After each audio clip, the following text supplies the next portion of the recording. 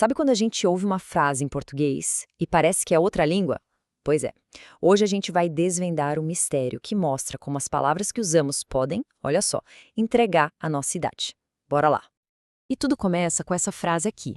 Imagina só, você tá lá num sermão na igreja e ouve isso. Dá para entender alguma coisa? Pois é. Alguém ouviu e ficou sem entender nada. E é daí que a nossa história começa. Então, para desvendar esse enigma, a gente vai ter que bancar o detetive de palavras. A missão?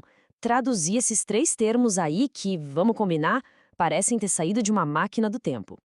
Vamos começar com munheca. E não estamos falando da parte do corpo, tá? Nesse caso, munheca era como se chamava aquela pessoa, bem, mão de vaca, sabe? O famoso pão duro que pensa 1000 vezes antes de gastar 1 centavo.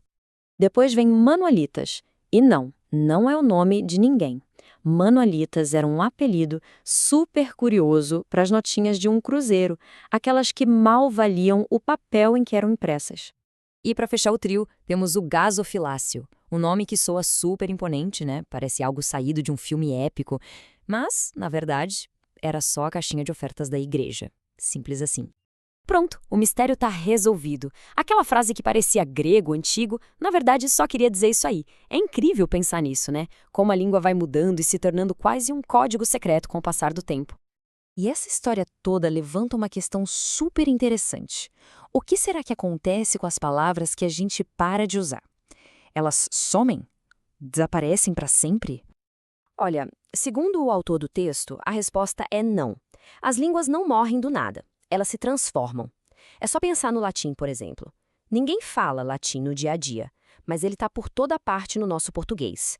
As palavras não morrem, elas deixam herdeiros. E essas transformações acabam criando uma coisa fascinante, um tipo de museu de palavras que já caíram em desuso. É como se o nosso idioma fosse uma grande coleção de relíquias e artefatos históricos.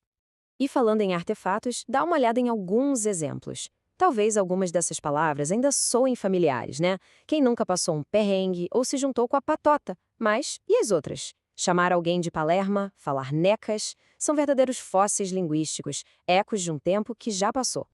A tecnologia, claro, é uma das maiores forças por trás dessa renovação da língua. Pega o caso da abreografia. Era um nome chique, uma homenagem ao inventor, para o que a gente hoje chama simplesmente de raio-x. O nome ficou mais simples, mais direto. Ou então, tenta imaginar isso. Um mundo sem máquinas de xerox. Bizarro, né? Para ter uma cópia de um documento, era preciso ir a um tabelião e pedir uma pública forma. Parece coisa de outro século. E, de fato, é.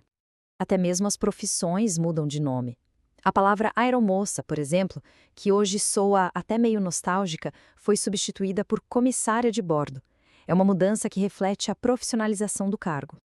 E essa modernização das palavras chega até no mundo das finanças. A figura do agiota, que sempre teve uma conotação bem negativa, meio que ganhou uma versão gourmet oficializada. As empresas de factoring.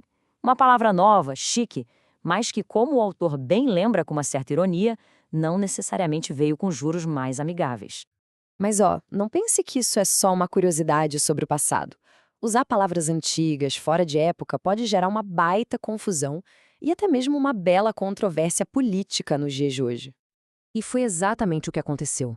Um ministro do governo, um tempo atrás, foi criticar as universidades e acusou elas de estarem usando dinheiro público para fazer balbúrdio. Qual foi o problema? A palavra era tão antiga, mas tão antiga, que a maioria dos estudantes e professores nem sabia o que significava. A acusação acabou virando piada, porque ninguém entendeu do que ele estava falando. E a resposta do autor do texto a essa história foi genial. Ele usou outra expressão da mesma época para rebater. Balbúrdia uma pinóia? Foi uma forma super inteligente de usar o próprio veneno do anacronismo para mostrar o quão deslocada era a acusação. No fim das contas, a gente chega a uma conclusão bem interessante.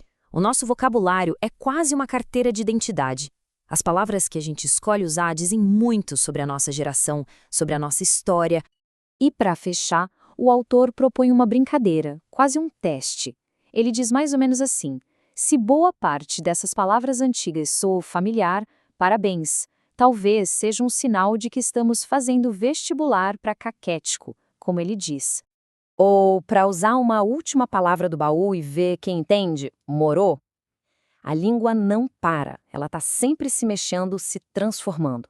A grande pergunta que fica no ar é: quais das palavras que a gente usa todo dia, sem nem pensar, vão ser as manolitas e os gasofiláceos do futuro?